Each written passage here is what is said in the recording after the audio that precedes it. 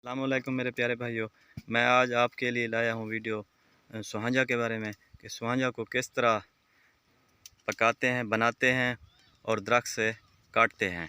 तो ये लोग आप देखें, सुहांजना की जो मेन टहनियाँ हैं ये काट ली हैं हमने कुल्हाड़ी से।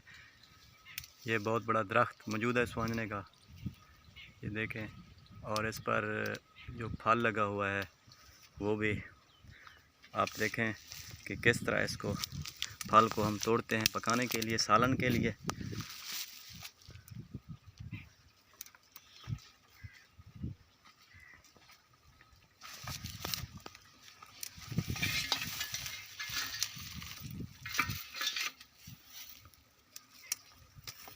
ये फल है सुहांजे का, इसको हम इधर से तोड़ लेते हैं इस तरह से,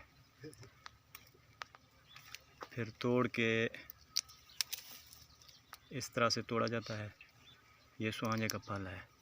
ये सफ़ेद सफ़ेद जो फूल नज़र आ रहे हैं, इसका मतलब ये है कि ये बिल्कुल फूल पक चुका है और खाने में भी लजीज होते हैं ये फूल। ये देखें,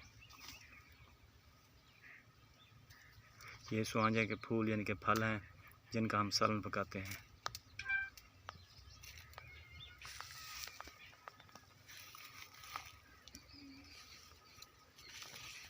अगर ये मेरी वीडियो आपको पसंद आए तो मेरे चैनल को सब्सक्राइब भी करें और बेल आइकन के बटन को भी दबा दें।